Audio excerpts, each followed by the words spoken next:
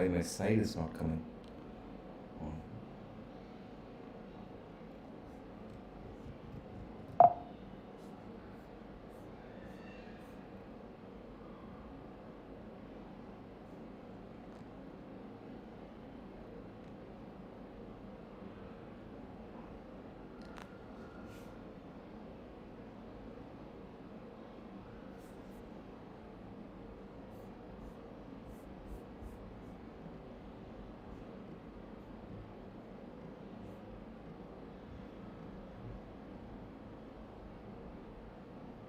Russo, I'm not able to see my slides. I am able to stream, that I am able to see, but it's showing as dark.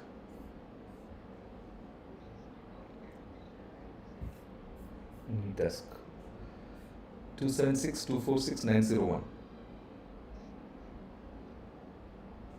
46901. Yeah.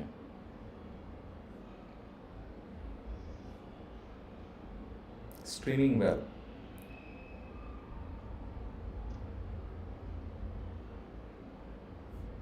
Yeah, I'm accepting.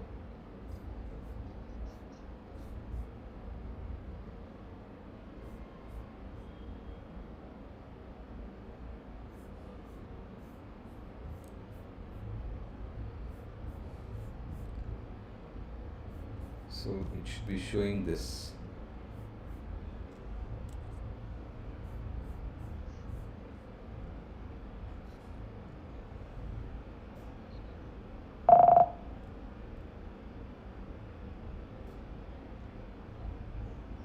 OBS. I'm on the OBS now.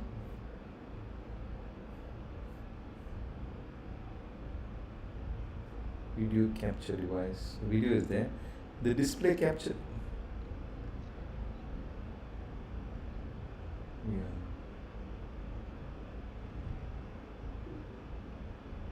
No properties available.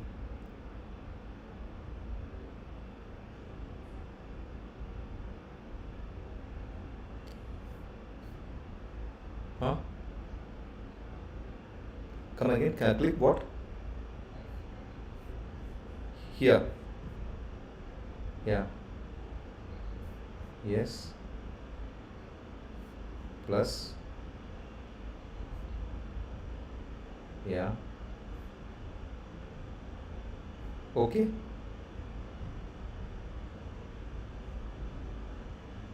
You want to keep them? Yeah. Where my phone? Video is not coming. Huh? Okay.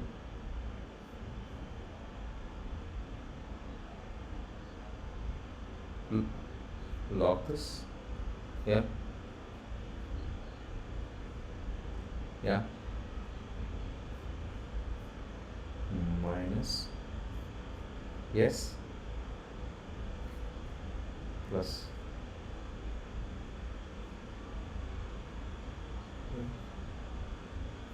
Yes, okay. Okay.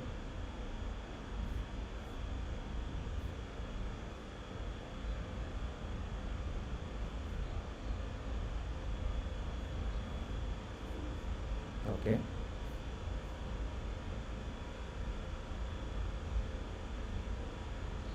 Yes.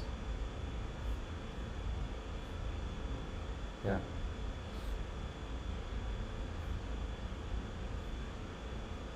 Hmm.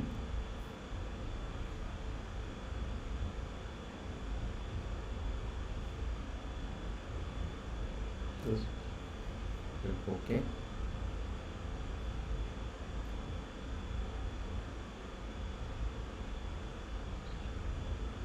FaceTime HD camera.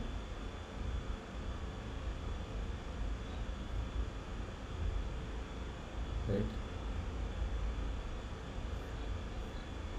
Now, no, my point is I am not able to see my slide.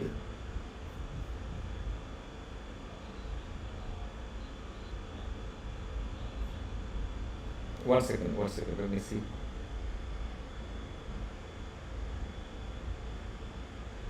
No, still it's dark.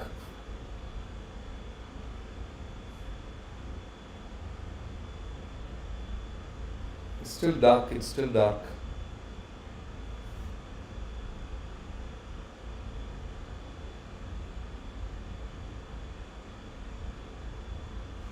Ah, now I can see. Now I can see.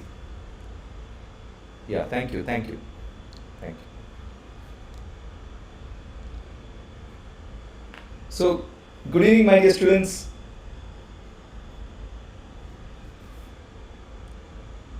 So, good evening, my dear students. I'm Dr. Santhosh Babu, IAS here. I was struggling a bit with the YouTube video because I've switched over from my Microsoft Surface to the Mac, because Microsoft Surface was having less RAM. It was around 8 GB RAM, and possibly that could have been the reason for the disturbance the other day. So yesterday I was having an excruciating headache, so we could not start CPA 1. Today actually we're supposed to take Comparative Public Administration 2, but let me take you through, let me see how many minutes I have lost. I have lost exactly 3 minutes only, so that's not a problem. Let's go through with this very interesting class, because this is the first open system theory that you're studying. I'm sure you're a bit worried about these theories, but these theories are extremely easy. It's a breeze. It's a walk in the garden, I would say. It's very extremely easy, right? But I hope you stay with me throughout this conversation. It's around 1 hour. I will take up to 9:33, and let's see, because I take 1 hour very passionately, and I discovered that YouTube has recorded really for 17 minutes. So that takes a lot away from me, because I put a lot of energy and passion into this public administration class. I exhort you to attend my plus class classes, which are from 8 a.m. to 10 a.m. every day, Monday to Friday, and possibly on certain Saturdays also. No Sunday classes. 8 a.m. to 10 a.m. is my class on public administration optional. So those of you who have taken public administration as an optional, let me tell you that this is the best choice you would have made, because in paper 1 it's useful, paper 2 is useful, paper 3 it's useful, paper 4 it's useful, essay paper it's useful, you go to the interview also it's extremely useful, and when you go to Labasna, it will be extremely useful, because there are classes and examinations on public administration, and obviously when you become an IAS officer, a full-fledged one at that, you'll be doing only public administration, and this may help you be sharper in your focus on public administration. So, comparative public administration, the syllabus is here right before you. Historical and sociological factors affecting administrative systems, administration and politics in different countries, status of comparative public administration, ecology and administration, the Rixian models and the critic, etc. So, if you remember, it was Woodrow Wilson. It's not writing here. Wonder what it is.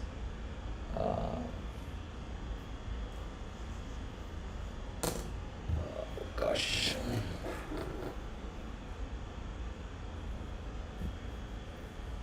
Okay, it's not writing. Possibly this because it's that's okay. I will not write. There's a problem with using a Mac and then suddenly discovering that you're not able to use it. Maybe I can write it here. I don't know. No,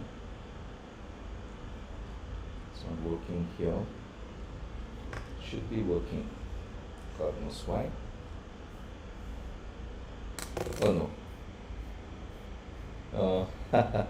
So, anyways, let me go to the.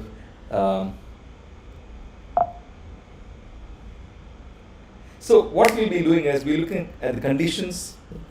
We'll be looking at the historical, political, sociological factors. We'll be looking at the contributions of various thinkers to CPA. Criticism of Rixian model first, criticism of Rix model, and current status of CPA. So the conditions are that the World War just got over in 1948, and that's the time when the comparative public administration starts. So what happened during the World War was the world was divided into two. There was the US on one side and the USSR. unions of Soviet socialist republics. On the other hand, what we see as Russia today, much bigger than Russia of it. The other factor was that a lot of the countries were decolonized.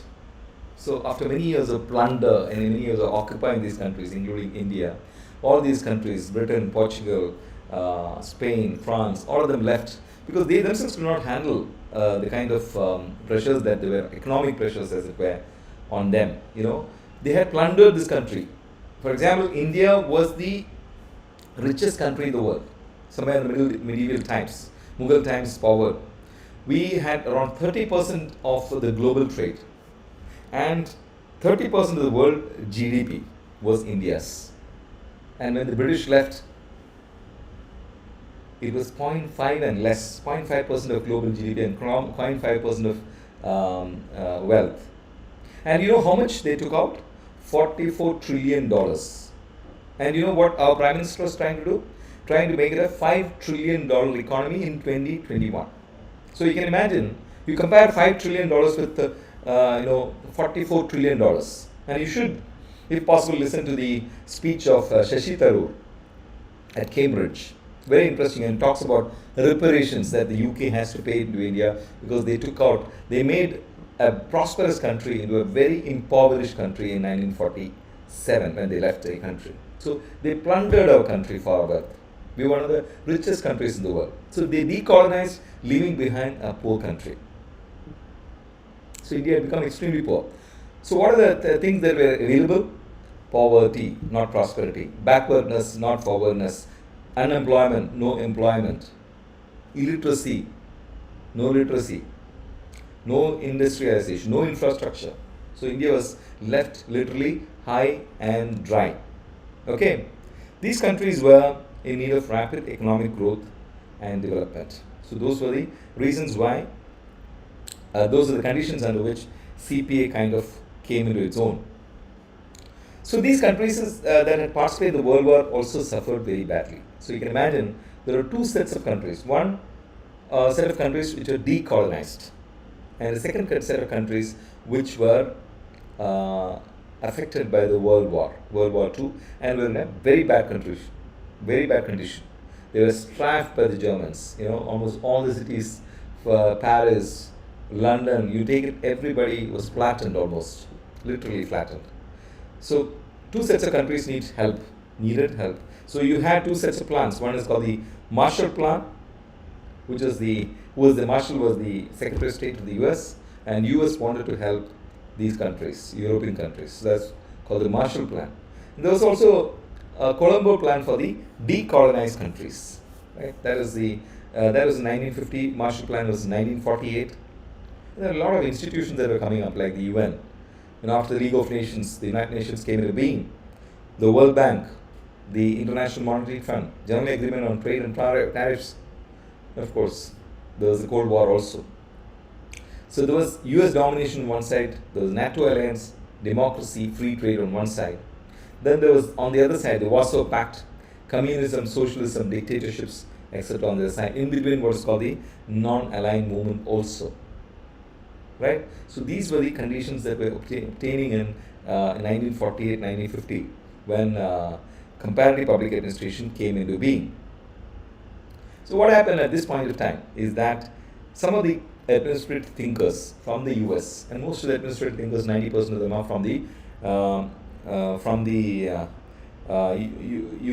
US, right? So most of the thinkers travel to some of these countries to oversee the development plans. What is it that these countries are going to do? They were in the British yoke, they were in the French yoke, etc. How is it that they will kind of come out of it? Is it not possible to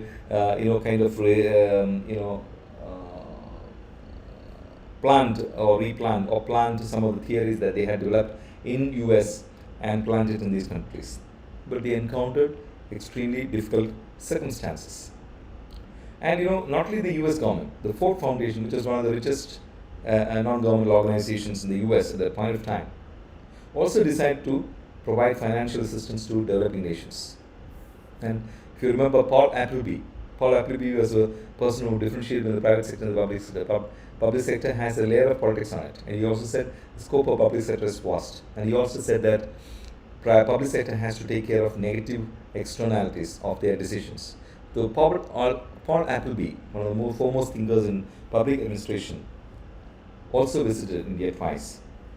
And the thinkers realized that the universal theories that they had developed will not apply in these countries. So, because these were theories of what is known as the universal design theories. Universal design theory means closed system theory. I wish I could write, somehow I am not able to write, which is a pity,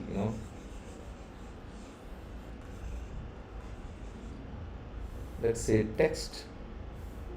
Oh no. What happened? Oh, let me see.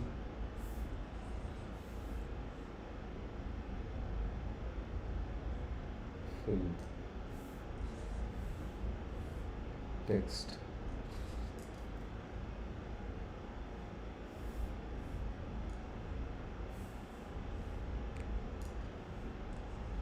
I'm not able to comment. That's a problem I'm finding here. Text, shape, media, comment, play.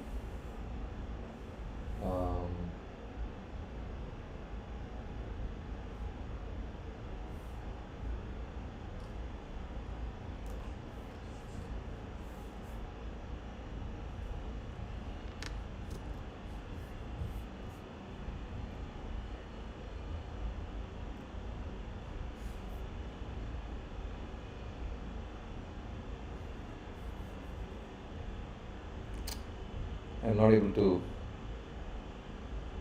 this text box, it says I'm not able to add, etc.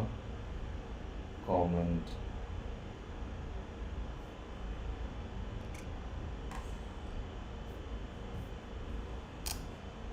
So this is a problem that happens when one is using this pen. Anyways, the thinkers realized that they could not they cannot implement the policies that the theories that they had developed in the West. So complete conditions demanded completely different solutions. They also realized that public administration cannot become. So they were intent on two things. One, they wanted to make public administration a science. They wanted to become a universal theory, because that is also the time when the moorings of public administration as an independent discipline was kind of withdrawing from their feet, as it were.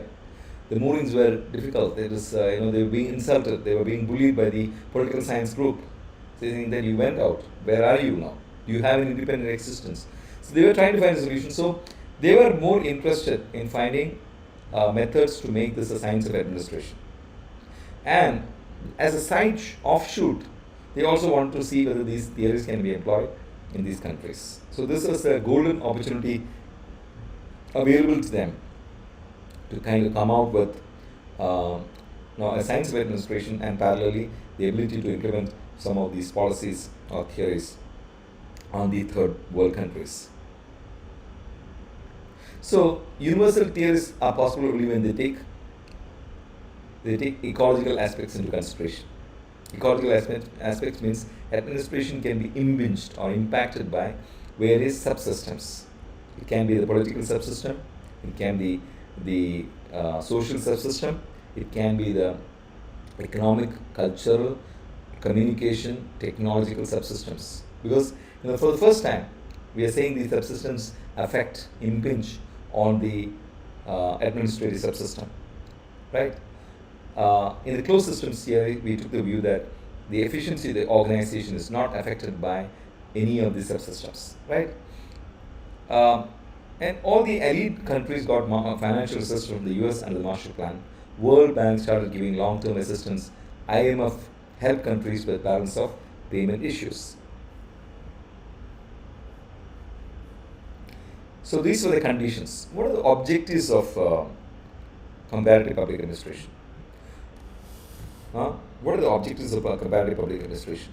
To formulate universal theories. These guys were bent upon doing that. They got an opportunity through the American government and through the Ford Foundation. Here was a golden God-given opportunity to make public administration a science of administration. Second was to apply these theories in the practical parts in the third world countries. Then, to study the administrative systems in whole around the world and come out with universal solutions. To understand the reasons why some are succeeding, some are failing, etc. And the differences between cross-cultural and cross-national bureaucratic behaviors. What is the behavior in India? What is the behavior in Singapore? What is the behavior in India? What is the behavior in China, or in Philippines, or in Thailand, or in Vietnam? How does it change? What are the factors that makes it different? And to study comparative politics also. So it's so easy to remember this. Comparative politics, you're comparing. Okay, what? First is not comparison. First you want to make it a science of administration or a universal theory of public administration. Second, you want to apply these theories in these third world countries and see solutions. But four was to compare the administrative systems of different countries. Second, to understand failure, success. Third, to know the difference between cross-cultural and cross-national bureaucratic behaviors. And fourth was to study the comparative politics. So CP also gave rise to development administration. In fact, next chapter is on development administration. When we read it, we'll understand what Montgomery said, what Riggs said, what Widener said, what Mary Parker Foley said. And what Riggs said is extremely important in development administration. That incidentally, from the fused to the prismatic to the diffracted societies, there is a growth, right? Every society is trying to move from fused state to prismatic and from prismatic to diffracted. So development administration is exactly that, right? So it could be true to say that comparative public administration also gave rise to development administration. Okay, let's go to the next one. What are the subject matter of comparison? So we said that objectives itself covers that, right? The subject matter of comparison is what is the environment of the administrative system?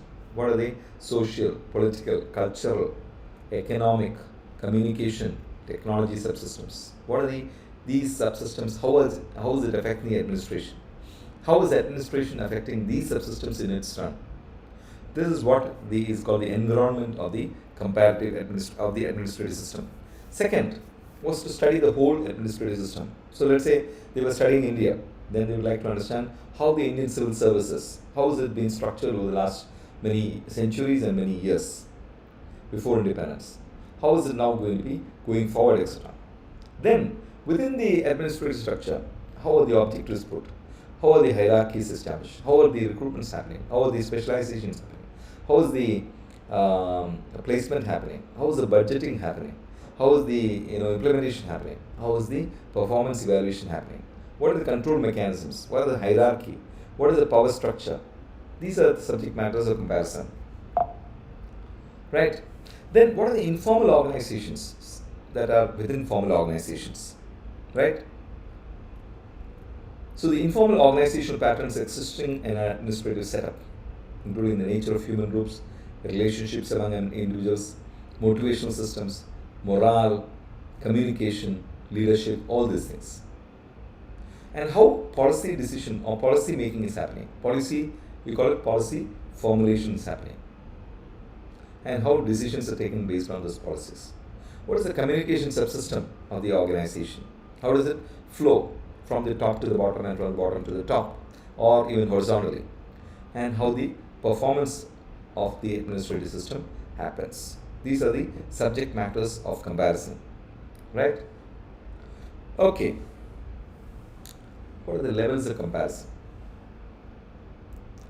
Comparative administrative studies can be conducted at 3 analytical levels: macro, middle range, and micro. Very, very simple. Macro means comparing countries. Compare India with China. Compare US with China. Simple. Those are the comparisons. Then middle range is you take one department. Take Education Department of India, Education Department of China. Compare and contrast. Micro means taking a small part of, let's say, education and saying how recruitment of teachers happen in India versus recruitment of teachers in China.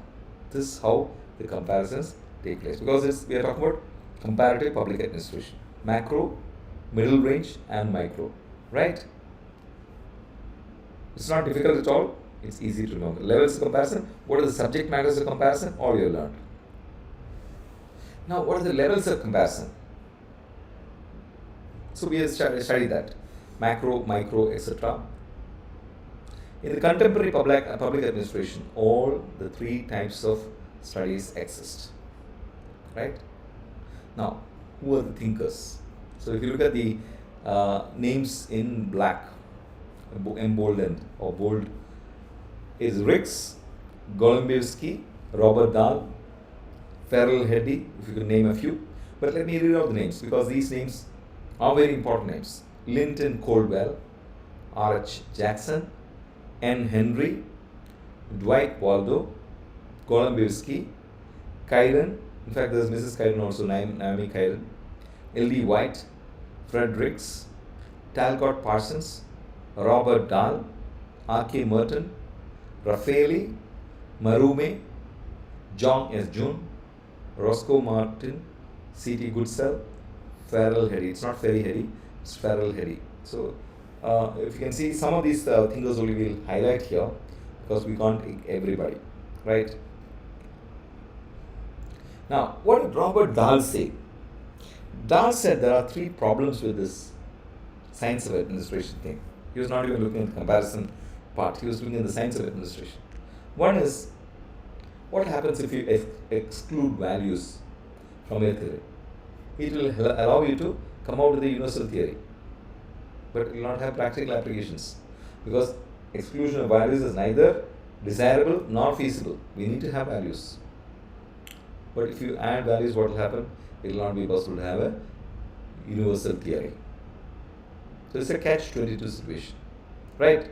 So that's the first problem that Robert Dahl encountered or understood when you're trying to make public administration a universal science. Second is exclusion of dynamic human behavior.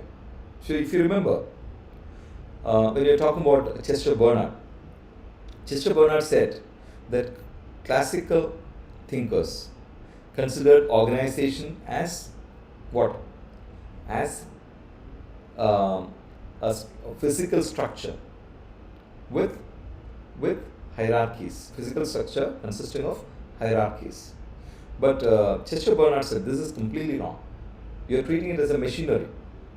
This is completely wrong. So he said organization is a social structure with dynamic human beings. Now what we are trying to exclude is dynamic human behavior, which means it can become a science of administration because you don't have to deal with variables. It will lead to efficiency maximization. But since if it's included, it's not possible to come out with a universal theory of public administration. So this is the second problem. So exclusion of values is a problem. Exclusion of human behavior is a problem.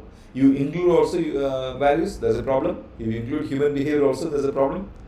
Then, the universality of the principles of organization. These principles are not universal as claimed by classical thinkers. They don't have empirical validity. So the solution is adopting comparative public administration, right? So that's Robert Dahl. You don't need to remember much except that he had three important problems. When you are trying to make public administration a science of administration, then you have three basic problems. You can't exclude values, you can't include values. You can't exclude human behavior, you can't exclude human behavior. You can't, you always say this, the universal theories, but there's no absolute universal theory anywhere, right? What is Golumbevsky trying to do? He had absolute disregard for these classical thinkers. He said organization cannot be treated in isolation. So he said that organization should always be seen as embedded in the cultural and political settings, which is basically to say what? That your administrative system is going to be affected by the political and cultural systems, right? Subsystems. And he said the principles of organization of the classical thinkers are not good enough to explain the functioning of an organization because both the study and the profession of public administration are value loaded. There is no question of value neutrality. I wish I could write. I am not able to write. It's my problem today because I moved from Microsoft to a Mac, so it's not allowing me to write. I wish it could allow me to write. Format is there, animate is there, document is there, comment is there, media is there, shape is there, text is there, chart is there, table is there, but it's not allowing me to write. It's not allowing me to write here also, right? Right. So that's the problem I'm facing today. I hope somebody is listening and tell me how I can write, because I'm used to writing it, right? So Golubinsky said cross-functional, cross-regional, cross-country comparisons are a necessity. That's Golubinsky. Now, what did Fredericks say? Fredericks, absolutely brilliant thoughts. Except that people said that you need a dictionary. Fredericks, when he came out with this theory, should have come out with a dictionary also, because it's very difficult to understand his language. One. Two is, they said that existing meanings of existing words itself he has changed. So that's the funniest thing. And so they made a lot of fun of him. But I personally believe that this is very brilliant, because and many thinkers think that his theory of a fused to prismatic and diffraction society is fantastic, right? Or industry and agraria is an amazing way of looking at things, right? Especially when you are trying to compare.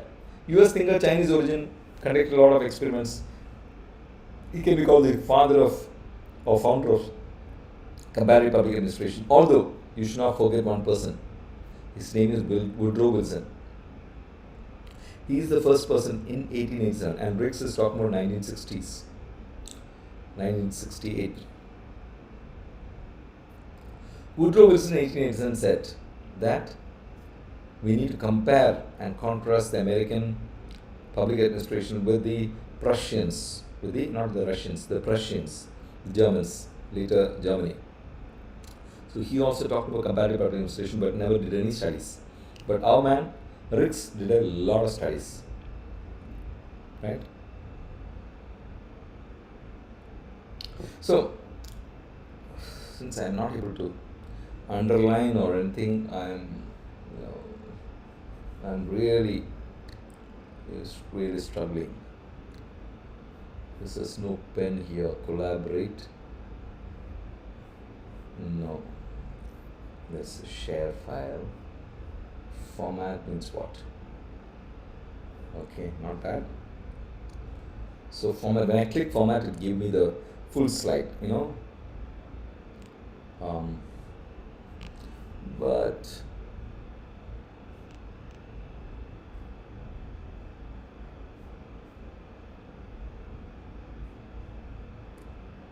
it's not giving me any method by which I can. This is animate. No. So today I think I will go without being able to write. So classical thinkers have failed because they adopted inductive approach. So you can understand that Fredericks adopted what's called the deductive approach, and we'll be coming to that. Inductive approach is something different. Deductive approach, first understand deductive approach. We'll read about it. Second is they had an ethnocentric approach. What do you mean by ethnocentric? It means culture bound. So they selected America, and the whole system was studied on an American base, right? So when that's the case, American culture will be reflected. That's why they were not able to study, put the same theories in third world countries. They failed miserably because it was culture specific or culture bound or ethnocentric. They were naively parochial, not really naive. They're seriously parochial, isn't it? And obviously they adopt the closed systems of classical theories, right?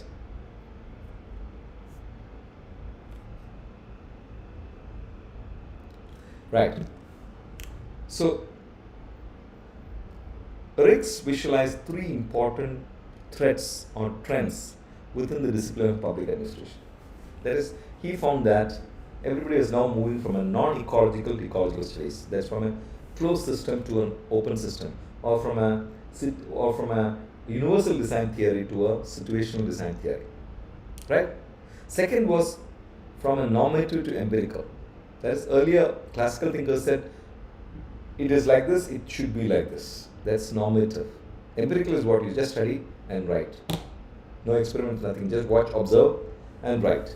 And from ideographic to nomothetic. Ideographic means very specific to a particular environment. Nomothetic means universal. So from particular environment to universal. So ecological to non-ecological to ecological, normative to empirical, and from specific to universal. And he was polemifying. How do I say it? He was worried, that there are many universal theories in public administration, but there's no universal theory of public administration. Very big loaded statement, right? There's so many theories, all within inverted commas, in public administration, but there's no universal theory of public administration. So there's no universal theory which can be applied to all administrative systems all around the world which can maximize efficiency, right? And the different approaches to comparison. Comparative public administration was Max Weber's bureaucratic theory, open systems approach, ecological approach, the structural functional approach. I'll explain all of that. Max Weber's theory is the oldest approach adopted. So they would like to compare the bureaucratic systems across the different countries. Second, open systems means efficiency of organizations influenced by outside factors.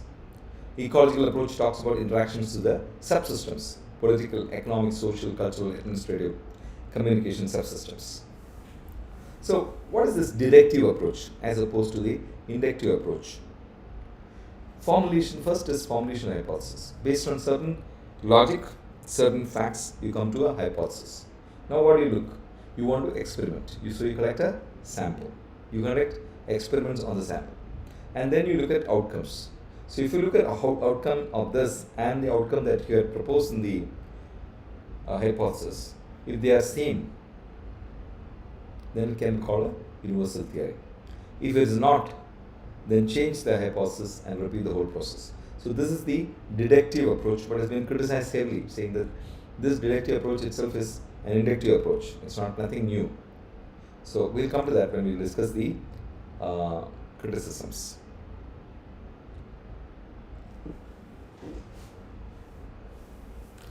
Rick's hypothesis. He adopted 3 approaches as part of his hypothesis. One was ideal models. So his hypothesis consists of 3 things: ideal models, ecological approach, structural functional approach. Very simple. Ideal models means what? He said countries of the world can be divided into 2 types. Agraria, those with a large, mainly farming as their occupation, called agraria, and those who make the money out of industries are called industria. Then you realize that there's many of the societies are in between agraria and industria, so he called them transitional societies or transitia. Then he realized that this is no good, so he came back and looked at the prism. The prism is like this, right? The prism, when light passes through it, light is in a fused form. When it goes through it, it will reflect, it will diffract through that. And when it comes out, it's into Vibgyor, right? So the light outside is called the fused, so it's a fused society. You compare that to a fused society, and inside the prism, it's like neither fused nor diffracted, so it's a prismatic. And third type of countries was what's called the diffracted, the most advanced. So that's an ideal model. Ecological approach is what? That your principles or your theory is going to be affected by the different subsystems, and we'll see how is affected by the subsystems. Can be political subsystem, can be social, cultural, economic, communications, technological subsystems, right? And the structural functional approach, it is to say that each structure has a specific function to perform, right? So structural functional approach looks at agraria in one way, because there will be only one structure and they perform all the functions.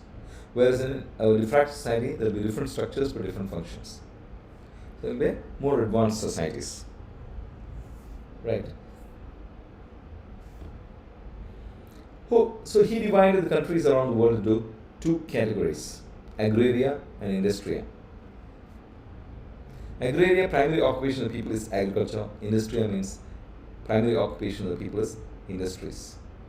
Let's basically look at China versus India, US. China is today is more advanced than US.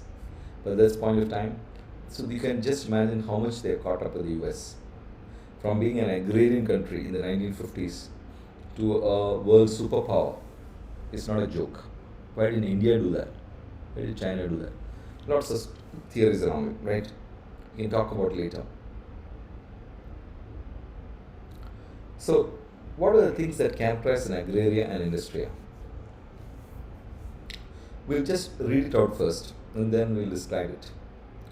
Or we'll describe it and as we read.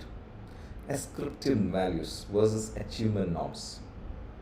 Ascriptive values means society gives certain values. And based on that, those values only, you have to obey those values. If you don't obey, you will be subjected to punishment. You can take the example of the Khap Panchayat.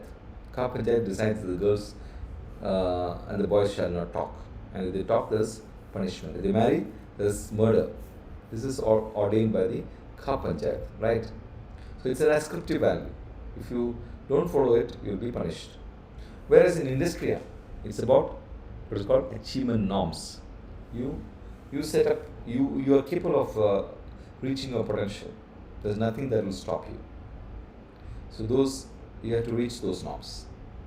Then, in agraria, there's something called particularist norms, very peculiar to those regions. In agrarian society can be China, India, but there will be particular customs, traditions, cultures, etc., very particular to that location. Whereas in industry, they have what's called universal values. Right? Then in agraria, no upward mobility, very limited, because everybody is in a particular pattern of agriculture, or very limited movement, socially or spatially. Whereas in an industry, there is higher social and spatial mobility, and in both cases, it's an upward mobility, right?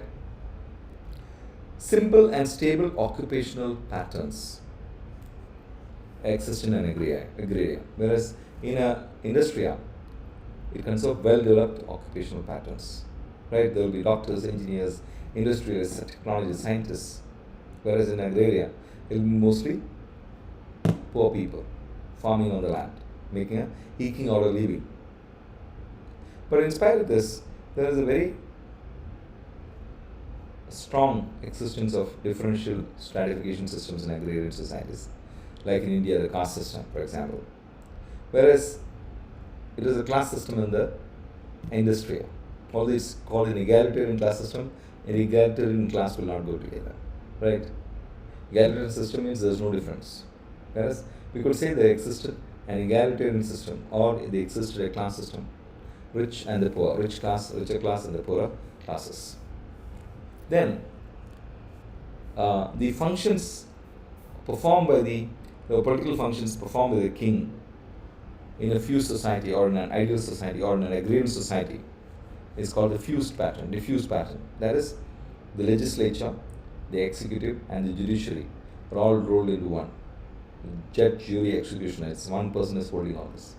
Whereas there will be functional specificity in an industrial society.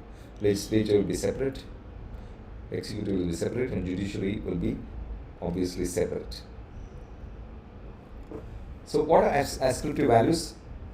The values are imposed from above by society. People have to strictly follow societal norms. Otherwise, punishment will swiftly follow. If they don't swiftly follow, strictly the punishment will come. Swiftly the punishment will come. No freedom to do whatever he or she wants. Then we talk about particular norms, which is very location specific. Then limited social, and so it's basically a rigid society. So in a diffuse pattern, what happens is, in an agrarian society, a single structure performs all functions. There is no division of work. Whereas industry is characterized by achievement norms, universal values, higher social and spatial mobility, well-developed occupational patterns, and functional specificity. Right?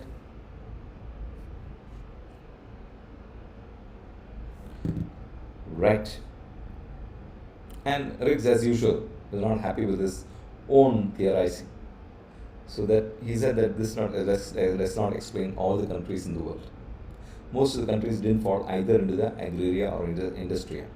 So these countries were in the process of transformation from an agrarian to an industrial society. Developing countries, basically. So these countries are features of both agraria and industria. So Riggs added transitional societies to his model and called it transitia. And he felt that universal theories of public administration could be applicable to the transitional societies. And Riggs was still not happy with it. So he felt that he could not explain the features of transition societies. He abandoned the entire model and came up with a new one. And his Indian experiences also changed his perspective. So he called it the fused, prismatic, and refractive societies. As I said, if you pass light through a prism, light comes in as a fused thing, because light consists of WebGR, or the 7 colors. But when it passes through the prism, it will split. When it passes outside the prism, it will become what is called diffractive. So the fused society, in a similar way, he called it the fused society, the prismatic society, and refractive society, and all this corresponds to agraria, transition, and industria, respectively. Right? So basically, he felt that most countries fell into the prismatic societies. And to explain the features of a prismatic society, Riggs took the help of the systems approach, ecological approach, and structural functional approach. What is the systems approach? He said that the whole country is a supra-macro supra-system, and which consists of various subsystems.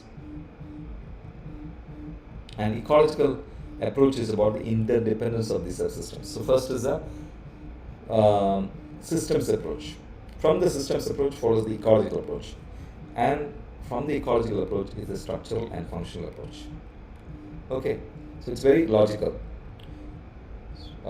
Systems approach leading to the ecological approach leading to what's called the structural functional approach. Right? Now, what are the subsystems of society? So there's a system which is the administrative supra system, but there are subsystems of society. One is the political subsystem, economic subsystem, administrative subsystem, social and cultural subsystem, communication subsystem, and today's world we can always talk about the technology subsystem, right?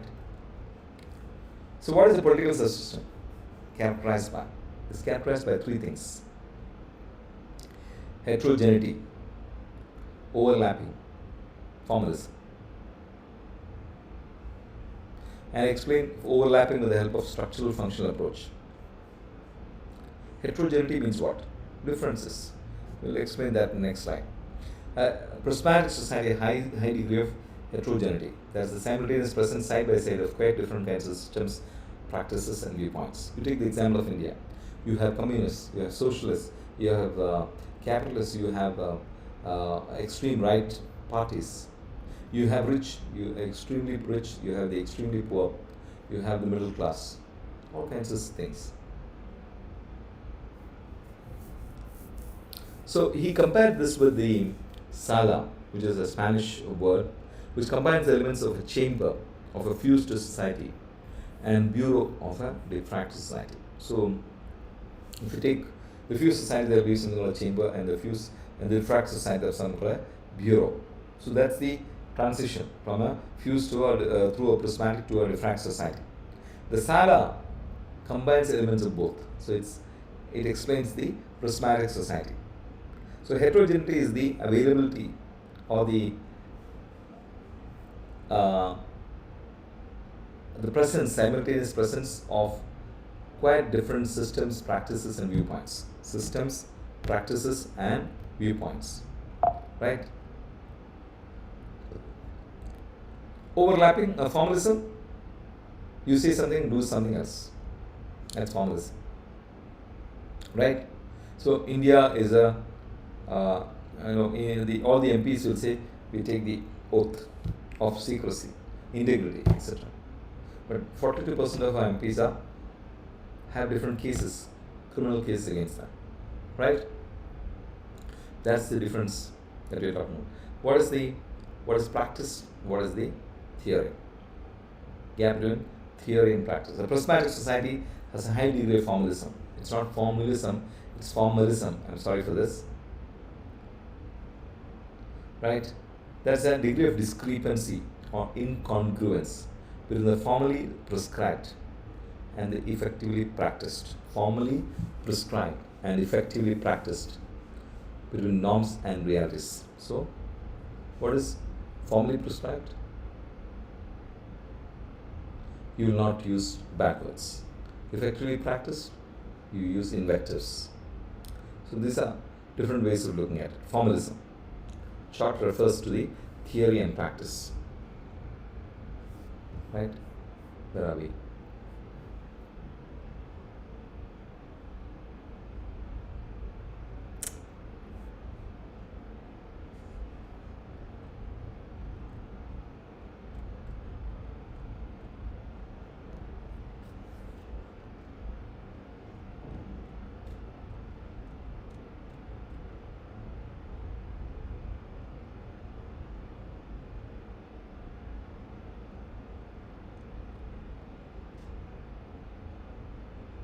And what is overlapping?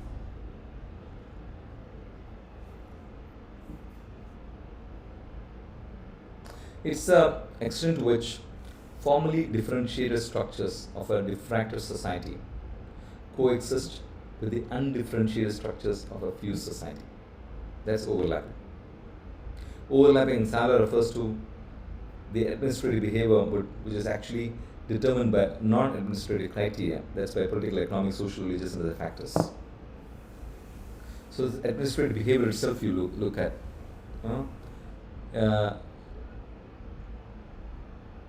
Administrative behavior is actually determined by non-administrative criteria, political. Right? You look at the selection of IAS officers. It's by the UPSC. But promotion, pay raise, transfer, postings, who determines it? It's a politician. So, instead of being accountable to the Constitution of India, go and stand before the Neta with folded hands. मुझे एक posting दिलाएगा, मैं आपको भी दे देंगे, मैं भी आप भी खाएंगे, मैं भी खाऊंगा. That kind of thing. Right? So, overlapping. So, just come back to that slide.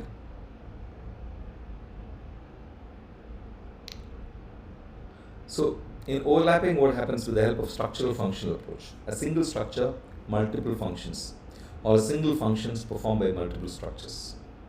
That's also overlapping.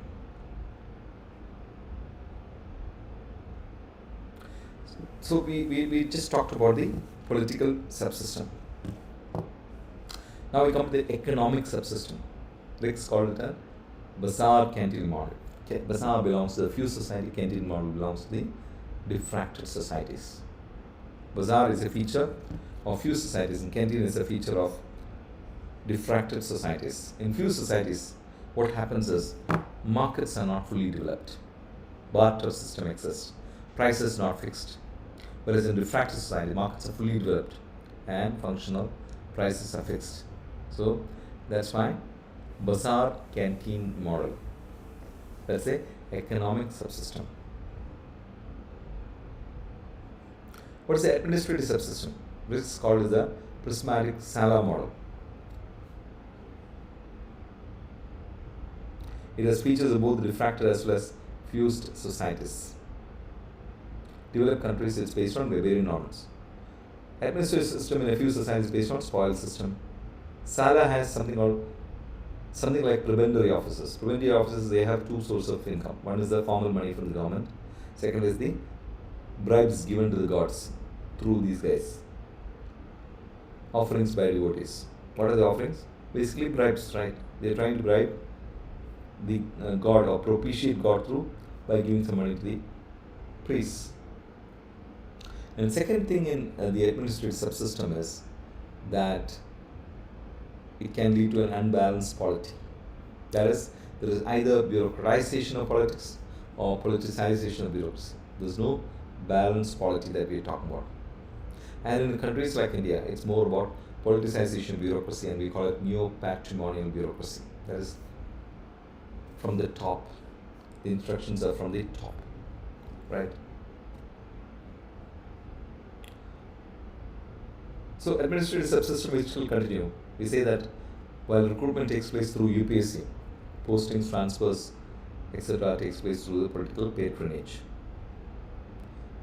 Merit and efficiency are not considered for career achievement, making bureaucracy inefficient and ineffective. Rick states that there's formalism in the bureaucracy also.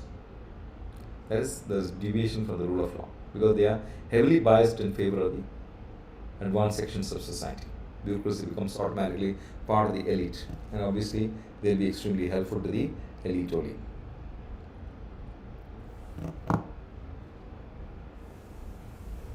Social and cultural subsystems. It's characterized by what is called polyfunctionalism, polynormativism, CLEX, overlapping, heterogeneity. Polyfunctions means there are different structures, different functions, etc. One function, one structure may perform different functions, or one function may be performed by different structures. Polynormativism, we'll look at what is polynormativism. Existence of modern existence and traditional norms leading to lack of consensus and norms of behavior. Coexistence of modern existence and traditional norms. What is polycommunalism? Means simultaneous existence of various ethnic and religious groups in a hostile interaction with each other. Let's call them CLEX, that they have features of clubs and sects. Sect means fused society, clubs means advanced diffract society. So in between, in the prismatic society, we have what's called the CLEX.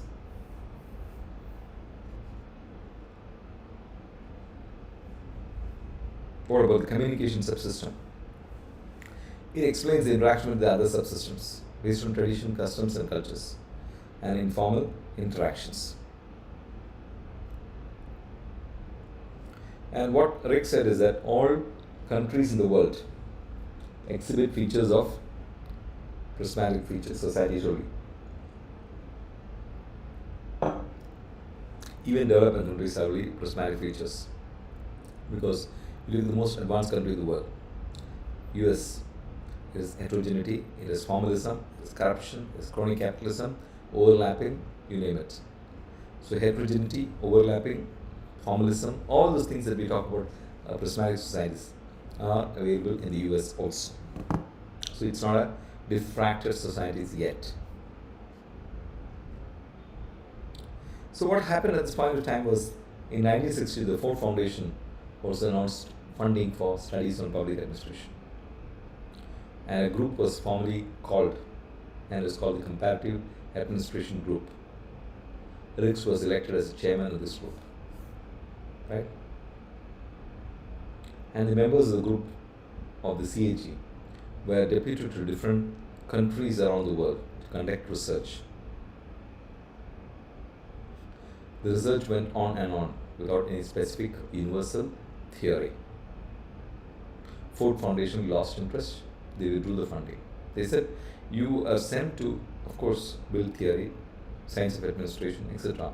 But we are also supposed to implement those theories in these countries. And you are still continuing to, you are yet to find a solution to the universal theory. Right? You are yet to find a universal theory of administration. So you come back, report to us, submit the findings, and get lost. But Ricks was the only person who labored on. He continued with his own research in 1970s also. Right? In 1977, he made again changes. So, or maybe 10 years later, he made changes to the prismatic society, and he called the Prismatic Society Revisited. Right? Prismatic Society Revisited Ricks felt that division of societies into fused, prismatic, and diffracted was not clear. You need to become a lot more clear on that. Prismatic society revisited. You are talking about the year 1977, and earlier thing was on in 1962 onwards. So you can imagine there's a long research that's happening. So now he said that these fused, prismatic, and diffracted societies have these following things. Fused societies are what's called ascriptive norms. Diffracted societies are what's called achievement norms. And somewhere in between is what's called the attainment norms. That is achievement under the circumstances. Because you're not allowed to achieve everything. Women are not allowed to fly an aeroplane. Now they can do that. Right? So attainment norm is that. Achievement norm is something different. Attainment norm is you stay at home. We'll take care of you. That's an attainment norm. Particularist norms versus selectivism versus universal values. So here you had what is called selectivism. Right? And in the fused society they had diffuse pattern because there are only one structure performing all the functions. It is the king performing the functions of the legislature, executive, and judiciary. Whereas in the diffracted society, you have different structures forming different functions, performing different functions. And in the prismatic society, we have both diffuse pattern as well as functional specificity. So we call it overlapping, right?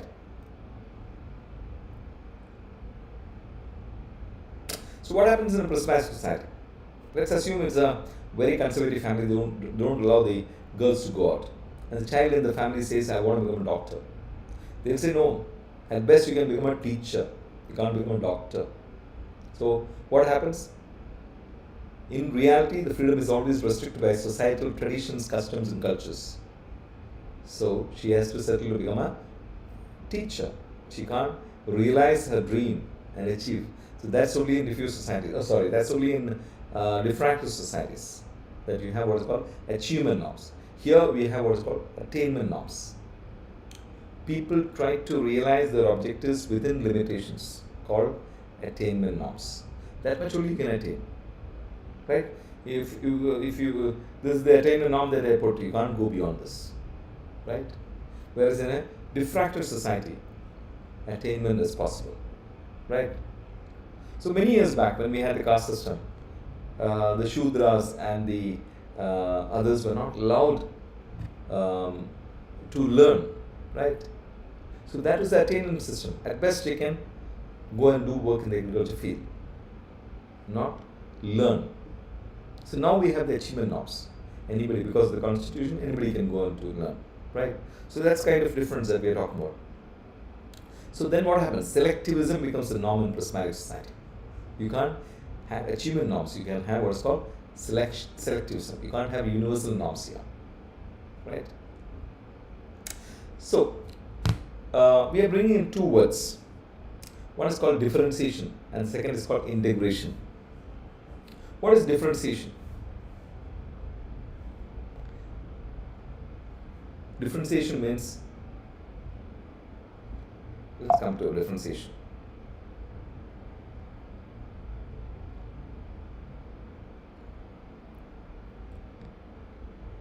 So he says that in a fused society, there's no differentiation, no different structures, no different functions, right? So there's no need for integration. Integration means basically coordination, right? So this gave rise to a little idea about what's called the development process according to Ricks. Now, read this. Ricks defined development as a process of increasing autonomy. That is, there was no discretion in a fused society because it's a fused society. Now we are moving to a prismatic society, to a diffractive society. There's more choices available of social systems made possible by rising levels of diffraction. Right? When you're moving from a fused to a prismatic to a diffractive society, there are choices available. It's called discretion. So you're able to exercise your discretion in this process called development. And this is because growing levels of diffraction are happening. So diffraction refers to the degree of differentiation and integration. This is the critical thing, and you need to realize that if you talk about development, and we come next chapter is actually on what's called development administration, you cannot miss RICS. And when you talk about development, you have to say that development means the diffraction, moving towards from fused society to a prismatic society to a diffract society. And this diffraction refers to the degree of differentiation and integration in a social system. So differentiation and integration are the two key elements in the process of development. Let's understand what is differentiation. Every function has a corresponding specialized structure for its performance. That's all. Differentiation means every structure, every situation, they have a set function. So that function can be performed by a specialized structure. That's differentiation, right? Integration means what? To coordinate. Basically, to coordinate between these different structures and different functions. So what happens is the levels of differentiation integration represent diffractor and prismatic conditions of when there's high differentiation, high integration, what happens? It becomes a diffractor society. When there's high integration, differentiation, but low differentiation, becomes what's called a prismatic society. When there's no differentiation, when there's no integration, it becomes what's called a fused society, right?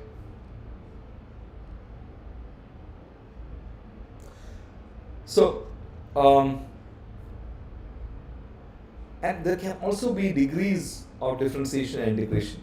That leads to what's called a malarrangement. And that's why you see, even within prismatic societies, there are different levels to be achieved. So, diffraction leads to development.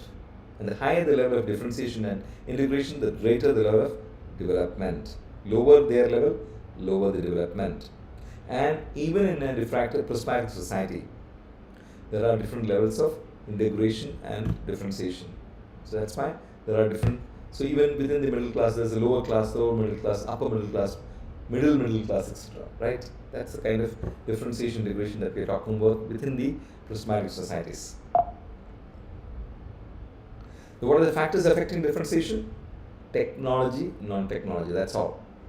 Countries with technology have higher degrees of differentiation. Countries using lower technology, lower degree of integration. Factors affecting integration: participation and penetration. Penetration is by government, ability of government to penetrate into the whole subsystems. Participation is the ability of people to abide by the law so that they can accept what government policies are. Right? So we'll stop here because I've just completed 1 hour. That's all the time I've been allotted. I started 9:33 because I had moved from Microsoft to Mac, and today, because that I was not able to write. I'll find out, because this has got greater RAM, higher RAM, 16 GB RAM, and the video is not stopped at all. I hope it's not stopped at all. So the streaming is good. I was having trouble because I took 8 hours, and Unacademy says I've actually taken only 4.8 hours. So that's why I have to take today, tomorrow, day after, etc. Anyways, it's good for you, it's good for me, because I learn, you learn the process, right? So let's meet tomorrow, and we'll continue with the criticisms in comparative public administration. Very, very interesting chapter. One of the most intriguing, interesting chapters in the whole of theories of public administration is the RICS model. And hundreds of questions have been asked. And if you look at the questions, I have collated around 32 questions that have come in the at the end of this, and you can see that those. I'll try to take you there and show you the last. So these are 32 questions. Look at this. So many questions have been asked from this chapter. So this is why we should learn this with a lot of seriousness. Every chapter for that matter. But this is one where you can expect 100% question, right? We'll come to that tomorrow. I don't think we'll reach here tomorrow because too many slides here, 108, and I will be able to cover maximum 25 to 30 slides in 1 hour, because you also need to understand, I also need to explain, right? So we'll stop with that. Thank you for joining. Do well, God bless, and have a great night. Good night. Thank you. Let me go and stop streaming. Thank you. Good night.